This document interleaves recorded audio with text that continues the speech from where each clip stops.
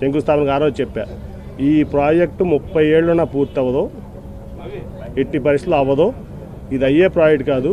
ఎందుకంటే ఈ ప్రపంచంలో ఏ రాజైనా కోట కట్టాడు కానీ నగరాన్ని నిర్మించిన రాజు లేడు. వాడు కోట కట్టుకున్నాడు, కోటలో కావాల్సినటువంటి సెక్రటరియట్లో లేకపోతే ఏదో కట్టుకున్నాడు తప్ప ఎవరో కూడా నగరాన్ని నిర్మించిన రాజు లేడు ఇంతవరకు.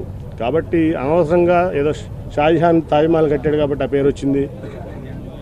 కాబట్టి నేను అమరావతి కడితే ఎవరో అమరావతి అంటే ఎవరు చంద్రబాబు నాయుడు అని చెప్పి కొంతమంది భూమాఫియా దారుల చేతుల్లోకి వెళ్ళిపోయి బాబు కొడుకులు ఇద్దరు కూడా ఈ ప్రాంతాన్ని, ఈ ప్రాంత ప్రజల్ని, అట్లాగే 33,000 ఎకరాలు ఇచ్చిన అమరావతి రైతుల్ని మోసం చేశారు. మీరు అడగండి అమరావతి రైతులు కావాలి, నేను ఈ మాటలు అన్నాను లేదో ఫస్ట్లోనే చెప్పాను. నేను అమరావతి రైతులు నా దగ్గరికి వచ్చేట్లా మోసం, ఫస్ట్లో కొంచెం రైతులు ఇబ్బంది పడ్డారని నేను కొంచెం ఎమోషనల్ అయ్యా.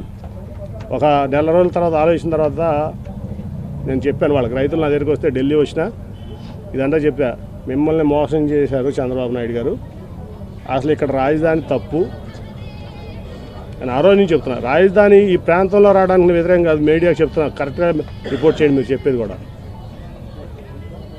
లేకపోతే ఆ 5 ఏళ్లలో బ్రహ్మాండంగా ఈ ప్రాంతం ఇక్కడ బ్రహ్మాండం అయ్యేది, అంతా కూడా చక్కగా ఉండేది.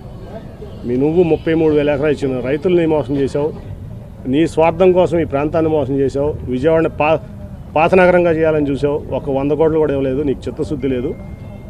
ఈ ప్రాంతం ఇవాళ చెప్తున్నా నేను, జగన్మోహన్ రెడ్డి గారు మొన్న మాకు హామీ ఇచ్చారు, మాకు అవినాష్కి మేమందరం వెళ్తే హామీ ఇచ్చారు, విజయవాడ అభివృద్ధి నాది గ్యారంటీ, దాంట్లో మీరు ఎటువంటి ఇది అవ్వద్దు. మేము చెప్పాం, మాకేం వద్దు సార్ మీ దగ్గర నుంచి విజయవాడ డెవలప్మెంట్ తప్ప ఏమవుద్దంటే, మీకేం కావాలో చెప్పండి నేను విజయవాడ డెవలప్మెంట్కి అది ఇస్తానని ముఖ్యమంత్రి గారు చెప్పారు మాకు.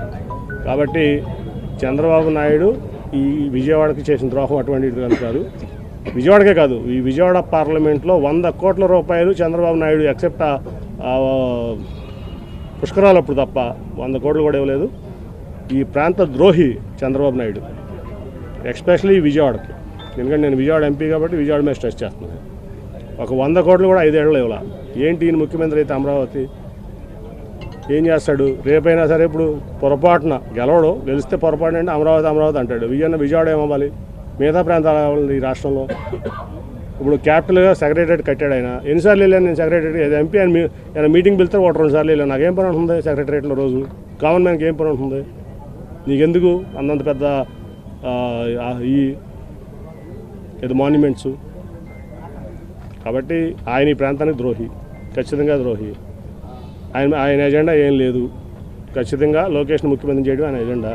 దానికోసం పవన్ కళ్యాణ్ గారినైనా రేపు మోసం చేస్తాడు, దాంట్లో ఎటువంటి డౌట్ లేదు. చంద్రబాబు వల్ల మీ కుటుంబాలు చిచ్చులు పెట్టారని మీరు అన్నారు సార్. నేను కేసీఆర్ చిన్ని గారు దానికి వ్యతిరేకిస్తే తప్పే లేదు, మా కుటుంబంలో చిచ్చు రావడానికి కారణం కేసీఆర్ నాని అని బహిరంగ ఇప్పటిదాకా పేరు పెట్టలేదు. చంద్రబాబు నాయుడు సంగతి ఎవరో తెలియదయ్యా. చంద్రబాబు నాయుడు తెలియదు, మోడీ గారిని అడిగి చెప్తాడు. చంద్రబాబు నాయుడు గారు అడ శిష్యులు పెడతాడు, ఏం చేస్తాడు? ఇంకా ఒకటి చెప్పేదేంటి, ఆ పెట్టల ద్వారా చెప్తే నేను చేయాలి, నేను నీకు సమాధానం చెప్పలేంటి? సెంట్రల్ సీటు విషయంలో ఉన్న ప్రతిష్టంభన విషయంలో మీ దగ్గరకు వచ్చారు అని